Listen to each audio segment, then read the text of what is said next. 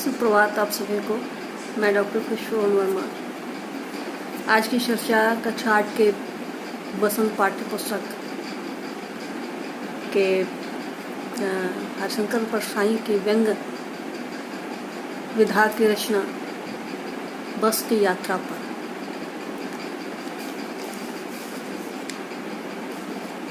हरिशंकर परसाई जाने माने व्यंग्यकार हैं और बस की यात्रा व्यंग से उन्होंने यातायात की दुर्व्यवस्था पर करारा व्यंग्य किया है। बड़े ही खूबसूरत और हंसी मजाक के माध्यम से इन्होंने जिस तरह से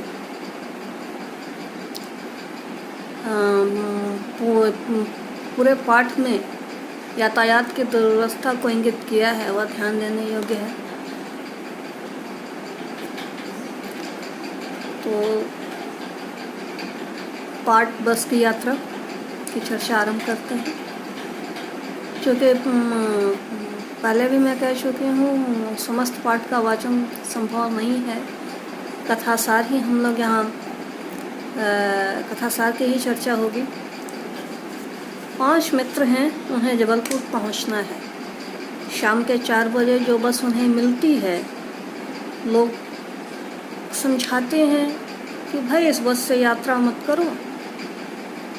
तब एक मित्र पूछता है कि क्या रास्ते में बहुत डाकू मिलते हैं? मध्य प्रदेश का इलाका है, उनको जाना होता है, तो जबलपुर जाना है।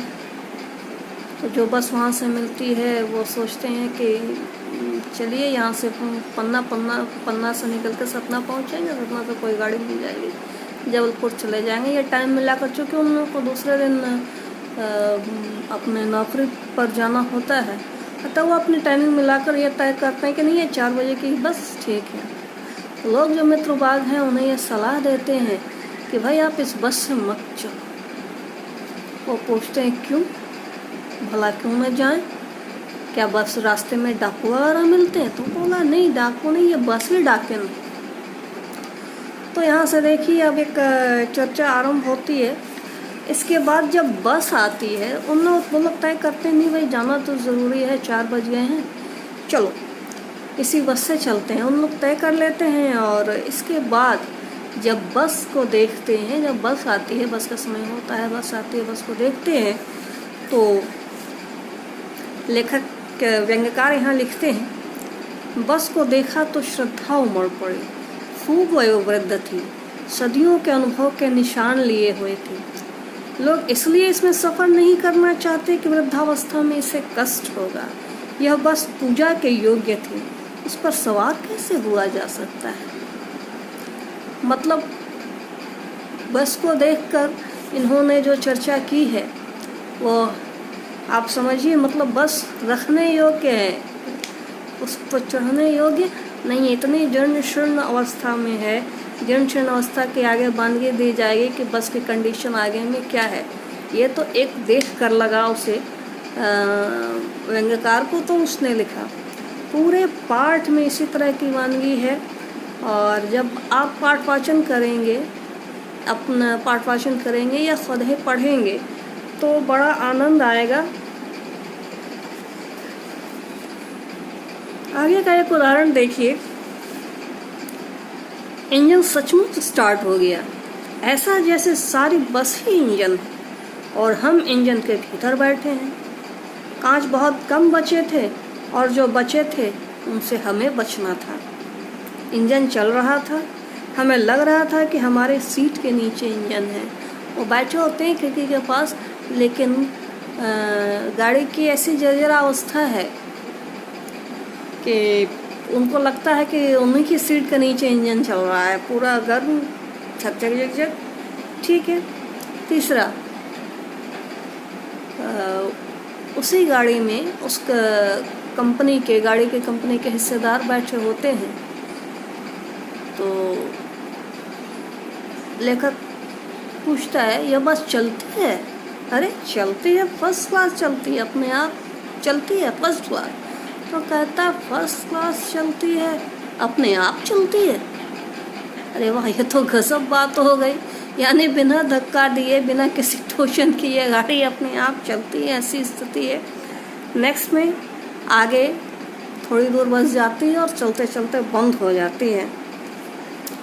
तो कंपनी के इज़्ज़तदार कहते हैं भाई वक्त वक्त की बात है, यह तो चलती तो अच्छी है, फर्स्ट क्लास वाली बात। आगे लेखक कहता है क्षीण चांदनी में वृक्षों की छाया के नीचे वह बस बड़ी दयनीय लग रही थी। लगता जैसे कोई वृद्धा थक कर बैठ गई हो। हमें ग्लानि हो रही थी, बेचारी पर लद कर हम चले आ रहे हैं। अगर इसका प्राणांत तो हो गया तो इस बियाबान में हमें ही इसकी अंत्येष्टि करनी पड़ेगी। यानी कि अगर यह बैठ गई बस तो पता चला कि हम ही को इसकी अंत्येष्टि, यानी कि हमारे ही सवारी के बाद यह इसकी आखिरी सवारी होगी। फिर कुछ आगे चलकर उसकी लाइट बंद हो जाती है। ये तो रही किससे। फिर आगे कहता है जब लाइट बंद हो जाती है, दिखना कम लगने लगता है, तो लेखक इसका वर्णन कैसे करते हैं देखिए। वृद्धा की आँखों की ज्योति जाने लगी। चांदनी रास्ता टटोल कर वह रेंग रही थी। आगे या पीछे कोई गाड़ी आती दिखती तो वह एकदम किनारे खड़ी हो जाती और कहती निकल जाओ बेटी, अपनी तो बस उम्र ही नहीं रही। फिर थोड़ी दूर आगे चलती है तो उसका एक टायर फंस करके बैठ जाता है, यानी कि टायर पंचर हो जाता है। अगर गाड़ी स्पीड में होती तो यकीन जानिए गाड़ी नाले में गिर जाती। वो तो धीरे धीरे आ रही थी तो सभी सही सलामत थे। फिर दूसरा घिसा टायर लगाकर बस चल पड़ी। अब पांचों मित्र यह सोचकर बैठ गए कि पन्ना तो अब नहीं पहुंचा जा सकता। पन्ना, सतना क्या जबलपुर, अब कहीं भी हम लोग नहीं पहुंच सकते। और समय पर तो छोड़ ही दो, कब पहुंचेंगे क्या पहुंचेंगे कोई ठिकाना नहीं है। नौकरी पर भी नहीं पहुंचेंगे। बस लगता था कि ये बस चल पड़े, इसी में अपनी ज़िंदगी है, इसी में ज़िंदगी गुजारनी है। और अंत में वो लोग इस बात से आश्वस्त हो जाते हैं चलो भाई अब ऐसे ही बैठना है, ऐसे ही जाना, कोई चिंता नहीं करनी। और फिर उन लोगों के बीच एक सामान्य सा माहौल मित्रों के बीच चालू हो गया। तो यह थी पाठ हरिशंकर परसाई की बस की यात्रा। उनके जितने भी पाठ आप पढ़ेंगे, जितनी भी कहानियाँ, जितने भी व्यंग पढ़ेंगे, बड़ा मज़ा आएगा, बहुत आनंद आएगा उस पाठ को पढ़ने में। अब इस पाठ को समझने के बाद, इस पाठ की चर्चा के बाद हम पाठ में बढ़ेंगे कारण बताएं पर। कारण बताएं, कारण बताएं में पाठ से प्रश्नोत्तर है। मैंने कोशिश की है कि इसको आपको समझाया जाए। ध्यान दीजिएगा, पाठ को समझना बहुत ज़रूरी होता है। मैंने उस कंपनी के, पहला है कारण बताओ में, मैंने उस कंपनी के हिस्सेदार की तरफ श्रद्धा भाव से देखा। लेखक के मन में हिस्सेदार साहब के लिए ऐसी श्रद्धा क्यों चाहिए। लेखक इसी पाठ में कहता है कि कंपनी के हिस्सेदार जो थे उनको तो क्रांतिकारी की संज्ञा देनी चाहिए। क्यों देनी चाहिए भाई? कि जानता है कि ऐसी स्थिति है, इस स्थिति में गाड़ी है, वो जान रहा है बिल्कुल जर्जर अवस्था है, कांच लगा, वो टूटा हुआ है, सीट जर्जर है, मतलब किसी तरह पहुंचनी है। तो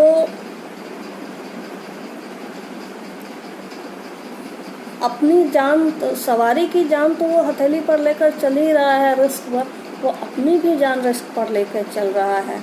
यानी कि उसके इतनी क्या कहते हैं,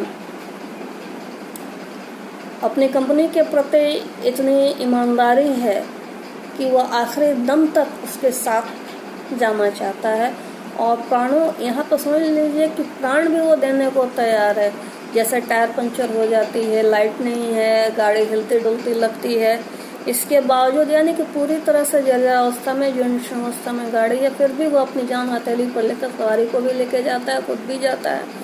तो एक टायर के लिए प्राणों को उत्सर्ग करने की भावना, यानी कि जो हो जाए हमको इसी गाड़ी से जाना है, इसके कारण लेखक को कंपनी के हिस्सेदार के प्रति श्रद्धा भाव जगता है। कोई और आदमी होता तो वह ये नहीं कहता इस गाड़ी के साथ नहीं जाता, बोलता कि सवारी जा रही है, गाड़ी चल रही है, यही बहुत है। दूसरा कारण बताओ में दूसरा हम लोग प्रश्न देखेंगे।